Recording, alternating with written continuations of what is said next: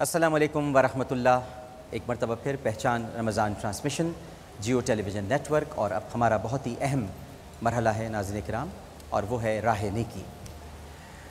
راہ نیکی میں آپ روزانہ سحر کے وقت کوئی نہ کوئی کہانی دیکھتے ہیں، اور ہماری کوشش ہوتی ہے کہ جب افطار کا وقت آئے تو اس کہانی کو حقیقت کے انداز میں ان مہمانوں کو آپ کے سامنے مدعو کیا جائے، تاکہ آپ دیکھیں کہ معاشرے کے ہر پہلو میں جہاں خوشیاں ہیں، امنگیں ہیں، آرزویں ہیں، امیدیں ہیں، وہیں پر کتنی محرومیاں ہیں، کتنے دکھ ہیں۔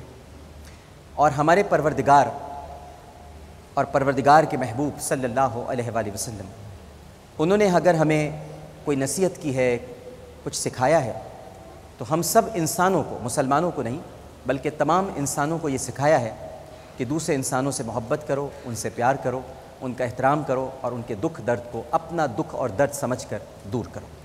آج نیکی کے ہمارے مہمان خالد محمود صاحب، اور خالد محمود صاحب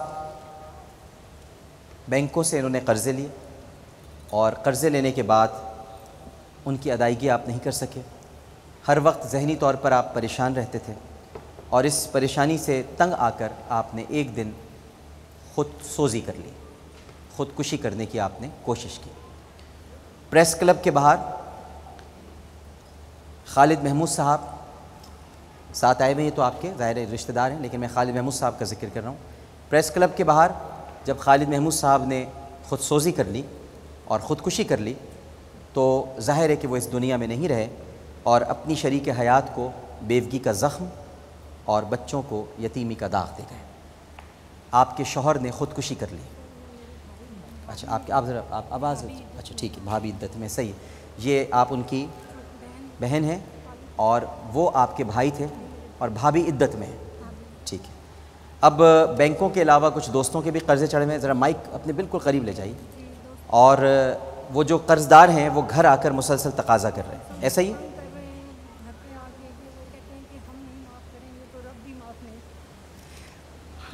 اسی لیے ذرا دوبارہ بول دیجیے گا، شروع ہم سن نہیں سکا کوئی بھی۔ اسی لیے ہم یہاں آئے۔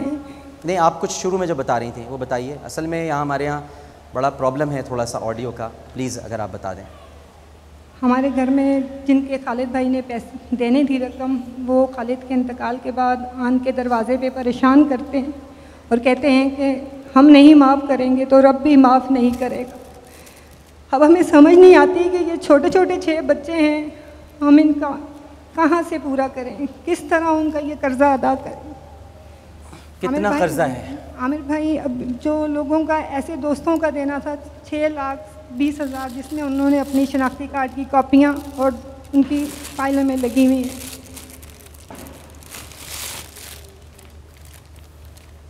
6 لاکھ روپے کا قرضہ ہے جی، یہ جو ان کے دینے سب کی شناختی کارڈ کی کاپی۔ یہ ان کی بیٹی؟ جی، ان کی بیٹی کا۔ کیا نام ہے بیٹا آپ کا؟ جی، غزل۔ غزل نام۔ آپ بھی بیٹی؟ آپ کا کیا نام ہے بیٹا؟ مسکان۔ مسکان، غزل، مسکان، اور آپ بھی بیٹے؟ آپ نام بتائیے اپنا۔ رضا۔ رضا۔ خالد محمود صاحب کے بچے ہیں یہ۔ ناظرین کرام، آپ دیکھ رہے ہیں، کوئی ہے جو ان بچوں کے سر پر ہاتھ رکھے؟ کوئی ہے جو ان بچوں کو قرض کے بوجھ سے نجات دلائے؟ نبی کریم صلی اللہ علیہ وآلہ وسلم کا ارشاد پاک ہے، جو کسی کو قرض کے بوجھ سے نجات دلاتا ہے، اللہ تعالیٰ اس کے گناہوں کا بوجھ ہلکا کر دیتا ہے۔ تو کوئی آئے اور آ کر کسی کو قرض کے بوجھ سے نجات دلائے۔ میری پیاری بہن یہاں غزل بیٹھی ہے، مسکان ہے، غزل کی آنکھوں میں آنسو ہیں۔ مسکان کو بھی اپنے بابا یاد آ رہے ہوں گے، جناب خالد محمود صاحب آج نہیں رہے، تنگ آ گئے اپنی زندگی سے، قرض داروں نے زندگی حرام کر دی، جس کے بعد انہوں نے خود سوزی کر لی، آج وہ اس دنیا میں نہیں ہیں۔ غزل کے بہتے ہوئے آنسو ہم سے تقاضا کر رہے ہیں ناظرین کرام کہ ہم ان کے گھر والوں کا سہارا بنیں اور کسی طرح سے ان کا قرضہ ادا کریں۔ کوئی ہے، کوئی اللہ کا نیک بندہ جس کو میں پکار رہا ہوں، وہ آئے اور آ کر ان بچوں کے سر پر ہاتھ رکھے، ان کا قرض اتارے، تاکہ یہ معاشرے میں سر اٹھا کر جینے کے قابل ہو سکیں۔ ان کے سر جھکے نہیں رہنے چاہیے، ان بچوں کے بہت پیارے بچے ہیں، ان کے تعلیمی اخراجات بھی ظاہر ہے کہ ہمیں دیکھنے ہیں، ان کو پڑھانا بھی ہے، اور بہن آئی ہوئی ہیں، ظاہر ہے کہ بھابھی نہیں آ سکتی، وہ عدت میں ہیں، پریس کلب کے باہر انہوں نے خودکشی کر لی، کوئی ہے نہیں کیا اس پاکستان میں، اس شہر میں، اس کراچی میں جو ان بچوں کے سر پہ ہاتھ رکھے؟ جب ہم کوئی کال ہے؟ ہاسپٹل میں گئے تو میں نے کہا یہ آپ نے کون سا انتہائی قدم اٹھایا ہے؟ تو کہنے لگا کہ مجھے کوئی راستہ نظر نہیں آیا، میں کیا کرتا؟ ان کا بچوں کی طرف دیکھتے ہیں، ان کا کون سہارا بنے گا آپ کے بعد؟ تو کہنے لگا مجھے معاف کر دو۔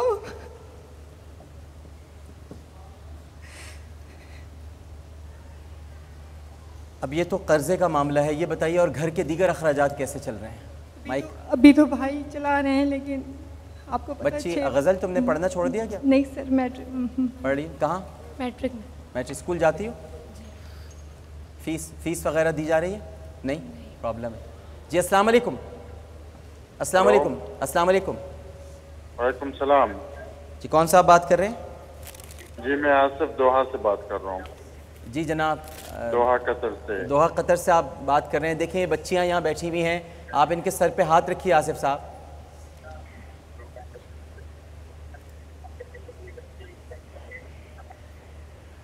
آصف صاحب میری آواز آ رہی ہے آپ تک؟ جی میں آپ کا آواز سن رہا ہوں۔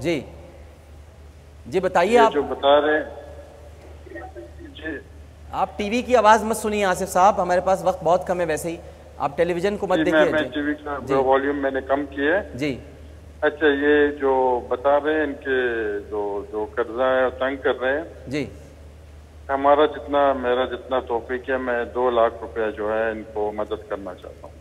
2 لاکھ روپے کی مدد آپ کے لیے ہو گئی؟ جی بالکل۔ آپ کو بہت دے، آپ کو آباد رکھے، آپ نے ہماری مشکل کو سنا، عامر بھائی کی بہت بڑی مہربانی ہے، اللہ ان کو اور زیادہ خوشیاں آباد رکھے۔ اور نہیں بس انشاءاللہ تعالیٰ اور بھی آپ کا حل ہوگا۔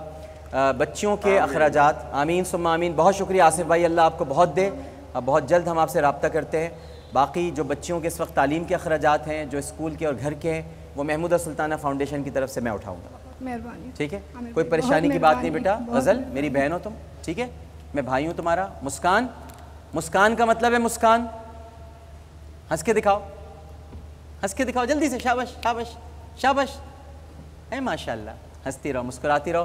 انشاءاللہ گھر کے باقی جو معاملات ہیں وہ ہم دیکھتے ہیں اور پریشان ہونے کی ضرورت نہیں ہے۔ یہ بھائی کی طرف سے عیدی ہے، یہ عیدی اپنے پاس رکھنا ہے، آپ تینوں کی عیدی ہے، چاروں کی عیدی ہے، ٹھیک ہے نا، یہ آپ اپنے پاس رکھیں گے۔ اور جو چیزیں ہیں یہ آپ کو ضرورت نہیں ہے دینے کی، ٹھیک ہے، یہ ہم سمجھ گئے۔ قرضہ 2 لاکھ روپے انہوں نے دیے ہیں، باقی انشاءاللہ ہم انتظام کرتے ہیں۔ اور سر آج آپ خالی ہاتھ مت جائیے گا، بلکہ کوئی میری مدد یہاں کرے، کوئی آ کے سیلانی کا، یہ سیلانی ویلفیئر کی طرف سے یہ آپ کے لیے ہے۔ جب تک ابھی گھر میں انتظام نہیں ہوتا 1 ماہ تک تو راشن، اور اگلی دفعہ بھی پھر آئے گا انشاءاللہ تعالیٰ۔ اور میں کر رہا ہوں، میں اب آپ سے رابطے میں رہوں گا، بالکل پریشان ہونے کی ضرورت نہیں ہے، ٹھیک ہے۔ اللہ کا شکر ادا کیجیے بس، ٹھیک ہے، اللہ تعالیٰ کا شکر ادا کیجیے۔ ہمارے اس وقت رحمت زیب موجود ہیں، اور ایک کالر سے پہلے میں بات کر لوں۔ السلام علیکم۔ وعلیکم السلام ڈاکٹر صاحب، میں جریجہ بات کر رہی ہوں۔ جی فرمائیے۔ ڈاکٹر صاحب یہ جو بچی ہیں، مطلب ان کے جتنے بھی بچے ہیں، کیونکہ میں خود بھی ایک اسٹوڈنٹ ہوں، تو میں چاہوں گی کہ مطلب جو مجھے پاکٹ منی منتھلی ملتی ہے اس میں سے میں ان کا ایجوکیشن کے پیسے دوں گی۔ بہت شکریہ، بہت شکریہ، اللہ آپ کو خوش رکھے۔ تعلیمی اخراجات بھی اٹھانے کے لیے لوگ آگے آ رہے ہیں۔ پاکستان میں بڑے درد مند دل رکھنے والے لوگ موجود ہیں، آپ کے لیے بہت سارا شکریہ اور بہت ساری دعائیں آپ کے لیے۔ ضرور بچوں کی مدد کریں۔